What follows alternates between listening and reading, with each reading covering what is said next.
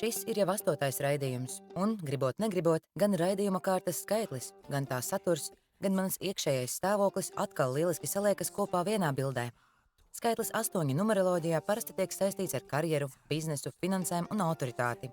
Bet šī skaitļa nozīmīgākā simbolika ir balanss. Balansa meklējumi sevī, ar ko es nodarbojos visus iepriekšējos raidījumus un to starposmus, ir viena lieta. Bet cita ir, kā ar šīm zināšanām par nemateriālajām vērtībām dzīvot materiālā pasaulē. Ja es gribu gan attīstīt karjeru, gan sevi garīgajā plānā, vai tie nav appusēji izslēdzoši lielumi? Un atbildes atnāca.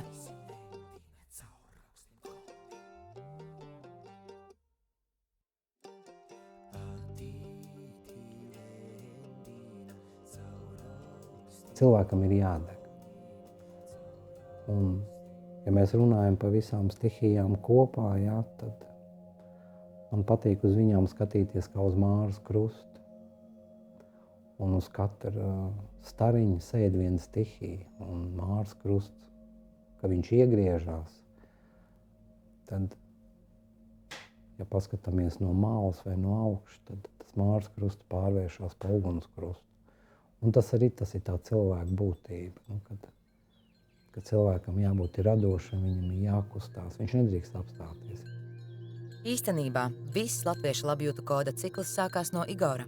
Pagājušā gada Pirtnieku festivālā, kur es piestrādāju cepot pankūkas, Igors kā viens no organizatoriem nāca pie manis pusdienās. Kad es viņam pasniedzu pankūku, viņš ievēroja manu tetovējumu ar sunīti rūžu, kas izskatās pēc vilcenes, un teica, ka par šo mēs vēl parunāsim. Un kad man ienāca prātā doma par sevis meklējumiem caur latvisko dzīves ziņu un pirti, mans pirtnieks Jānis Zūstrups lika man uzmeklēt Igoru. Mums visiem dzīve dalās tā. Mēs no sākuma esam jauni, traki. Tad mēs nedomājam, mēs vienkārši baudam dzīvi. Un tas ir pareizi, mēs dzīvojam šeit un tagad. Un mēs visi tveram, un mēs visi gribam izmēģināt un paprovēt. Man ceļš aizsākās gadus 30 atpakaļ apmēram. Un tie bija padomju laika beigas jau nāca, un es nodarbojos ar austrumu cīņām, un caur tām cīņām es sapratu, kad galvenais nav spēks. Ka tomēr galvenais nav spēks, ka galvenais ir cilvēkam jādomā, ko viņš dara, un kad ir kaut kas vairāk kā cilvēks, ir enerģētika. Ja. Un, protams, tā lieta bija ļoti interesanta, sāku to dziļāk pētīt. Un pirmais tāds nopietnas tehnikas man bija Ķīnas tautas medicīna. Bet es nemācījos Latvijā, es mācījos pie Sjumintan, un tas bija Kijeva. Pirta man ir bijusi visu laiku, un arī tā kā es esmu kurzemnieks, tad bija gan melnā pirta, un bija tagad klasiskā, kas nav melnā. Un katru sestdienu mēs gājam, un bija pirts dārziņš ar tējām. Tas ir iegājies man un maniem bērniem, un es to iesaku visiem. Tas ir miers, tā ir kaut kāda tīrība, un tā ir piederība. Piederība šai zemītei. Katrai vietai ir savs starojums. Es esmu bijis Indijā, es orientējos ajudvērā, esmu arī mācījies jogu un tā tālāk, bet ja mēs tā paskatāmies, dzīvojot šeit Latvijā, mums nav ne kalna, kas ir Indijā. Mums pavisam cits klimats, mums ir ko gaidīt, mums ir 4 gada laiki, ja, un tas ir principā atbilstīgi visām stihijām, kas mums riņķi ir un kaut kur. Tas droši vien mums cilvēkos visiem iekšā ir tāds kaut kas bišķiņ nepareizs, kad to laimi jau nevajag meklēt tālumā, viņa jau tepat pie kājām ir. Tajā dienā ar Igoru un viņa sievu Aiju, kas man ļoti palīdz pirts raidījumu veidošanā, kā smēja pati Aija, bija sajūta, ka iepazināmies no jauna. Un man personīgi šī tikšanās bija ļoti svarīga, jo Igors un Aija iemieso to man pašai vissvarīgāko balansu. Balansu starp smalko un materiālo pasauli, starp vīrišķo un sievišķo, starp stihijām, kurās mēs dzīvojam.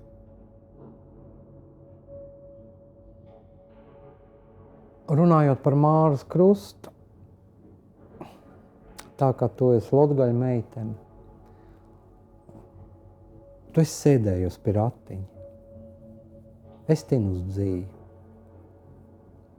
Un ja mēs paskatāmies uz to ratiņu, un tur, kur to dzīvi mēs likam uz tiem puļķīšiem, ko viņš mums atgādina? Viņš mums atgādina Māras krustu. Jā, un viņš griežās, un tu sēdi, un tu dzīvi tini virsū. Un tas ir tāpat, kā cilvēks, tad iedomājies, tev viss riņķī haoss. Ir haoss taču riņķī. Ir lietas, ko tu zini, ko tu nezini, ko tu saproti. Un to tām visām 4 stihijām tu, kā bija tas vārds, harmonizē, ja? Nē. Nu, pasakāji. Šitas viņi izgriezīs ārā. Bīzi bija. Nu, ja? Taisa savu bīzi, tāpat kā mugurkauls. Jā. Un viss ir haoss. Tikai ar gribu, ar to stihiju palīdzību, tu var uzstāvēt bīzi. Tagad tas tanks iet ar to haosu. Es to atkārtoju. Jā, lūdzu. Un ratiņš griežās, tu sēdi un tu pini. Tu pini to savu bīzi, lai tas diedziņš, lai tā viss dzīve būtu smuka un taisna, bez mezgliņiem, vienāda resnuma, un tu harmonizē, tu to haosu, tu jau sāc vadīt. Un no tā haosa tu rādi jau kaut ko priekš sevī, kaut ko labu. Mēs dzīvojam 3 dimensiju telpā, kur vada 4 stihijas. Un ar tām visām ir jādraudzējās. Jo pateicoties viņām, mēs esam dzīvi. Un mēs varam dzīvot viņās. Un ja mēs kaut kur dzīvojam, nu tad mums ir jāzina, kur mēs dzīvot un kā mēs varam viņus izmantot sev, nenodarot sev pāri. Kā stāsta Igors, katram cilvēkam ir kāda tuvākā stihija, kurā tas jūtas vislabāk, un Igoram pašam tā ir uguns. Kā es to uzzināju, ka uguns ir mana, tas kaut kādīgi nāk jau no bērnības. Pirmkārt, man no viņa nav bail, bet tai pašā laikā es ļoti skaidri apzinos, kad ar uguni es vēl tagad esmu uz jūsu. Arī es eju pa oglēm, bet es viņu saprotu. Nu, uguns, viņš var būt arī dažāds. Ir 3 uguņi, jā. Jebkurš no mums ir uguns. Ir iekšējais uguns, tas ir cilvēks tā kā uguntiņ, viņš iet, viņš darbojās. Tad ir ārējais uguns, jā. Tas ir zemes, tā ir sabiedrība, tas ir viss notikumi kopā.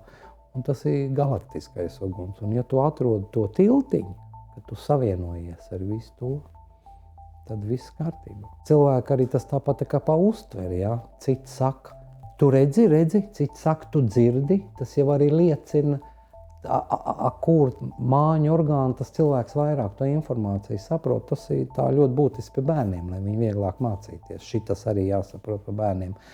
Bet par stihijām, jā, nu, ja cilvēkam ir augsts, tas nozīmē to, nu, viņš nevar būt uguns, ne? Viņš varētu būt gaiss, viņš varētu būt tur, varbūt zeme, ja, un arī sadzīvē jau arī mēs jau runājam, tas gaisā pasis, ne, cilvēks iet tur, kaut ko darbojās, visi bija mūsu valodiņā, ja, tas ir tas pats, kas senāk latviešiem bija tāds, un ne tikai latviešiem ticējums, tu nedrīkst ēst to, kas nav tavā dzimtā valodā, un arī nedar to, kas nav tavā dzimtā valodā, kas nav tas sudrabs ir tas senču mantojums, kas nāk, un ja tas ir svešvārds, tad labāk ar pietātu to neizmantot. Klausoties Igoru, brīžiem man šķiet, ka klausos pati sevi, un mēs tiešām esam ļoti līdzīgi gan temperamentā, gan pasaules uzskatos, gan pēc horoskopa, tikai ar milzīgu pieredzes un zināšanu atšķirību. Šajā viesošanas reizē Igors man iemācīja un pastāstīja ļoti daudz, un ļāva arī man uz brīdi uzvilkt laimes krekliņu, izejot cauri un apstājoties katrā no 4 stihijām. 1. Pasmaržot zemi, atlaist un saņemt no tās spēku. Es raudāju. 2.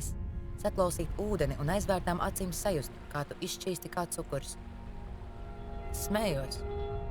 3. elpot dziļi, ar katru ielpu plesties plašumā līdz svēriski palikt lielākam par pasauli. Man iztaisnojās mugura un mazliet sadegt.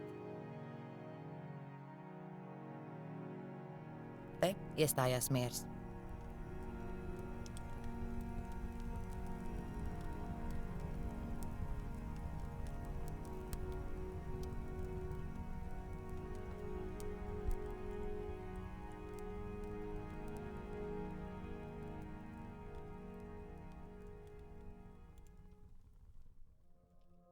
Šodien viss, ko mēs gājam prakses cauri, tas prakses kopējais nosaukums ir laimes krekliņš. Nu, tas arī nāk no latviešu valodiņas, jā, cilvēks dzimis laimes krekliņā. Laimes krekliņa, viņa pamatstruktūra ir tā kā josta. Cilvēciņš piedzimst baltā smukā krekliņā un iet viena strīpiņa. Tā ir, tā latviskā. Tas latviešu kods. Otrs strīpiņš iet dzimts. Gan tēta dzimts, gan mammas dzimts. Un ceturtā strīpiņa esi tu, ko tu pats savā dzīvē uztamborēs, tas arī būs. Un tas ir laimes krekliņš. Un to laimes krekliņu, tad caur tām stihijām, caur visu, mēs šodien, tu pat gāji un tu viņu centies palabot. Centies palabot savu rakstu, kaut kur pielabot, kaut kur atlaist, kaut kur paskatīties, varbūt mezgliņš sameties. Ja? Tas ir laimes krekliņš. Un caur uguns stihiju to laimes krekliņu var nomainīt. Ar ļoti skaļu kliedzienu mēs paziņojam šī pasaulē, ka mēs esam, ka mēs beidzot esam klāti. Mēs esam paši galvenie, un tā arī ir, jo vecākie mēs esam paši galvenie, paši labākie, un tas ir normāli. Un te no šitā brīdi sākās mūsu cilvēciņa tālākā attīstība un tiek formēts viņa raksturs un pasaules uztvere. Jo cilvēks pasauli iepazīst caur sāpēm.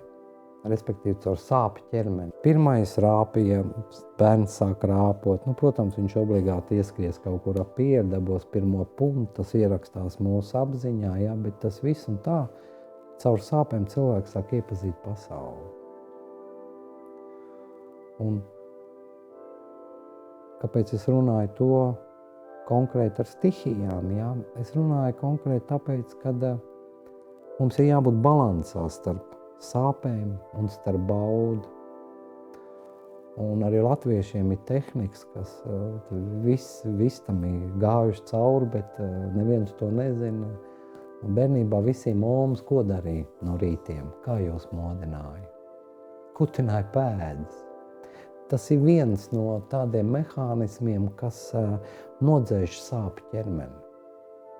Otrs ļoti spēcīgs mehānisms ir pirts.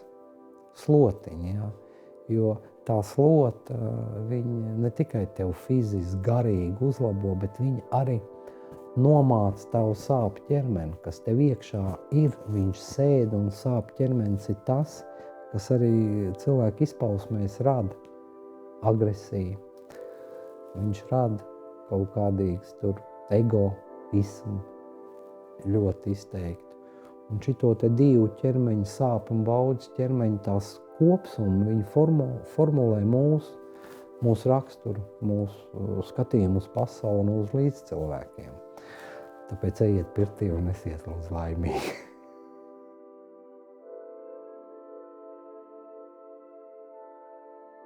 Latvijā pirts ir ļoti attīstīta, un mēs varam ar to lepoties, ka šā brīža pirts rituālu, kas ir, lietuviešiem iemācījām mēs, konkrēti Ziedonis Kārkliņš, viņš brauc pie viņiem, Rimasam Kavaļauskas mācīja, kā paši lietuvieši saka, viņu pirts rituāls, tas ir latviešu Ziedoņa Kārkliņa pirts rituāls, kur ir uzlabojis vai pamainījis Rimas. Ja?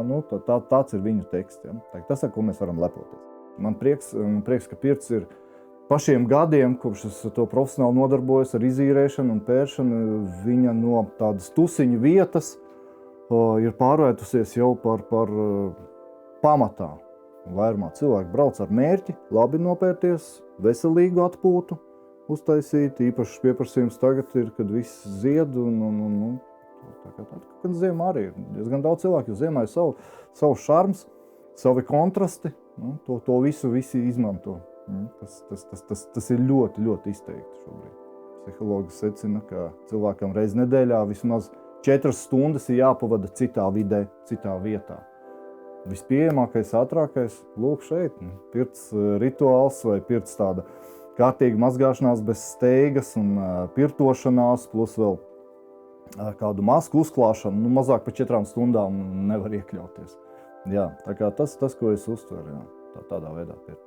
Mums ziemeļu tautām saules ir tik maz, ka vēl mazāk, ja būtu, tu varētu prātā sajukt. Ja? Un to var izjust. Ejot pirtī, mēs to varam kompensēt.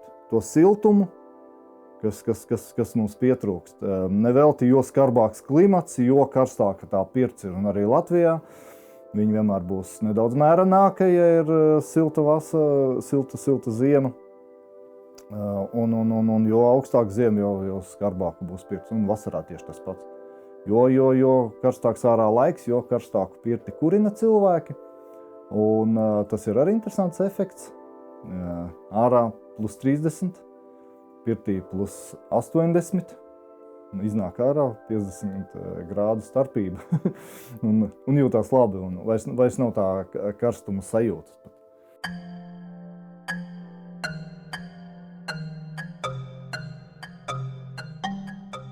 Šajā raidījumā, kas man pašai ir par balansu, bija ļoti interesanti iepazīties ar pirts profesionāli Jāni Pavloviču, kas pašu pirts rituālu tver mazliet atšķirīgi no pirtniekiem, pie kuriem biju viesojusies līdz šim. Ja mēs domājam, kas ir pirtnieks vispār plašākā vai šaurākā jēdzienā,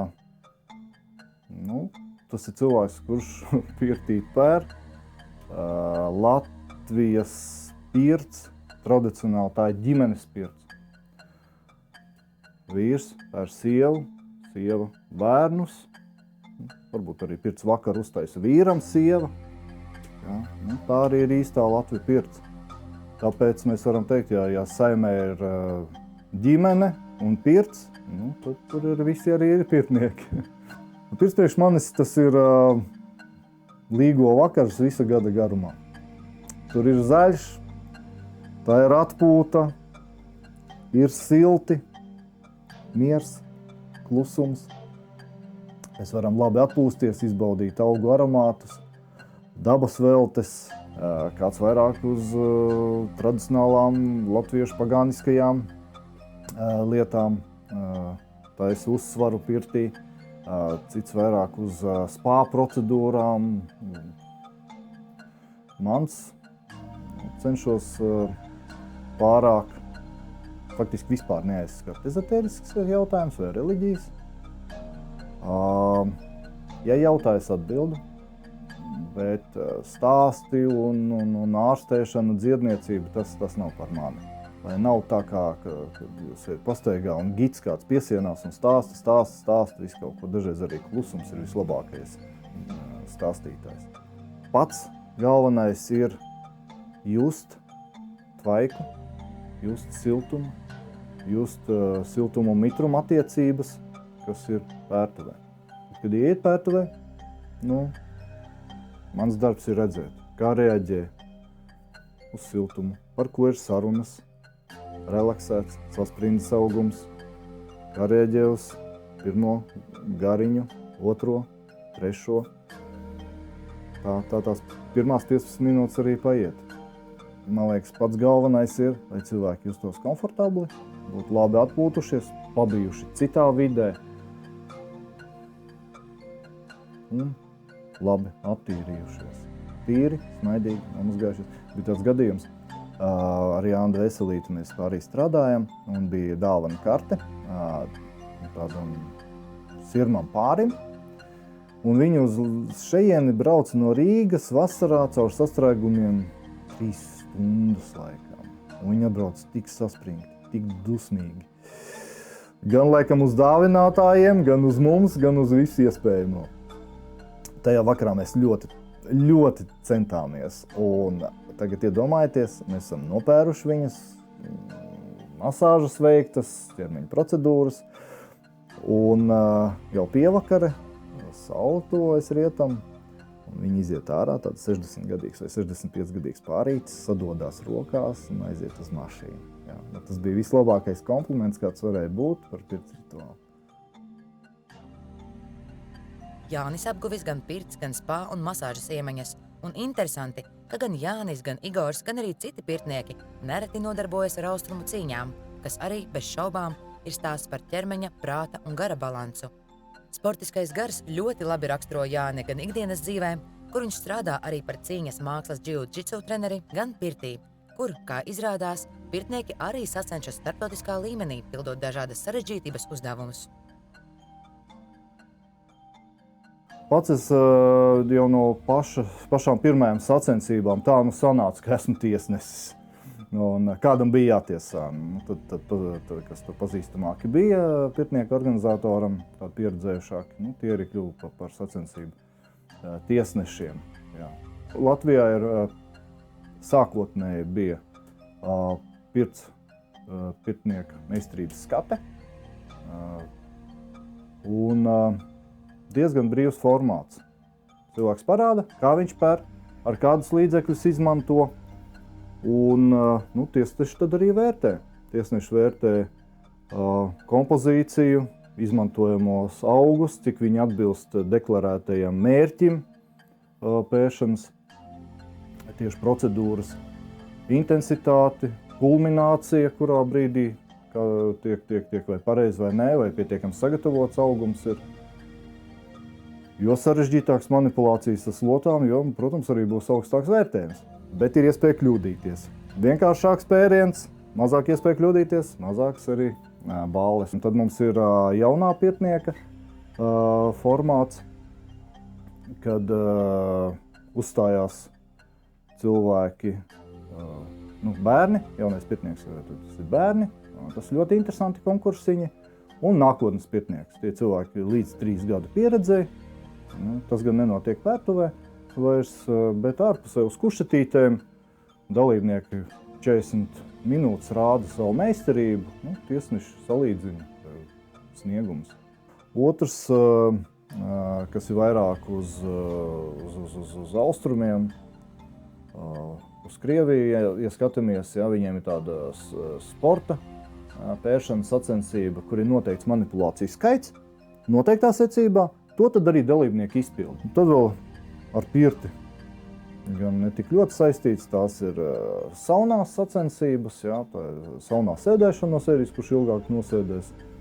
Tur es arī esmu piedalījies, un tā ir skarba pieredze, bet arī interesanta.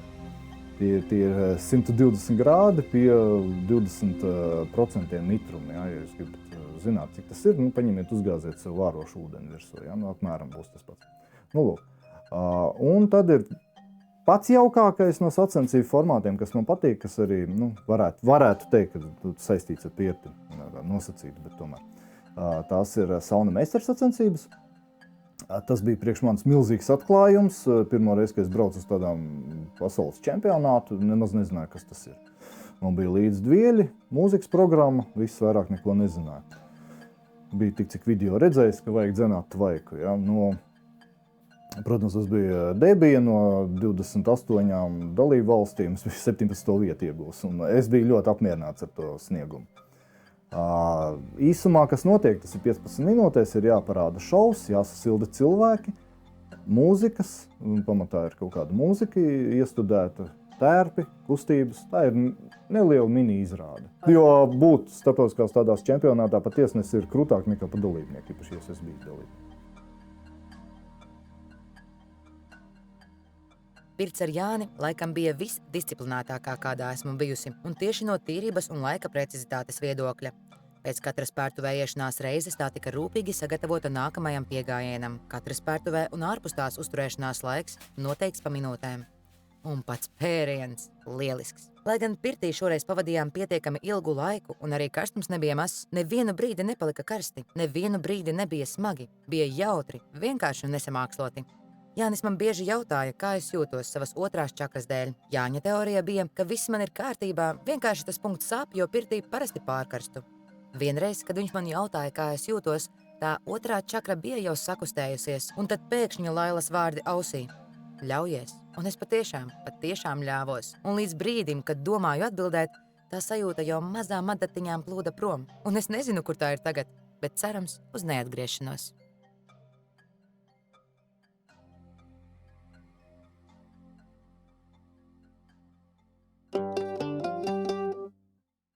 Cik mūsim visiem daudz aukļeņu, sev kurus vodā, sev kurus kaut kur tī, orā. I visas tavas dūmas, ka es esmu breivs, pats savas dzīves noteicies, ir Tu esi kā klozetpūds, sociāli pieejams aizdzeršanai. Es rakstu provokatīvu dzeju, lai mazliet ierēbušie jaunieši un mākslinieki Upītes tautas namā arī pēc pusnakts tomēr manī klausās. Ināra pagājušajā raidījumā minēja to, ka mums katram dzīvē ir sava misija. Un es ļoti gribētu cerēt, ka mana misija ir vārdos un attēlos stāstīt par krustpunktiem. Piemēram, racionālais, iracionālais, materiālais un smalkais. Jo es tiešām ticu, ka visam dzīvē ir krustpunkti. Un tieši šajos krustpunktos ir vieta, kur mēs varam atrast balansu. Jāni, Aija, Igor. Paldies!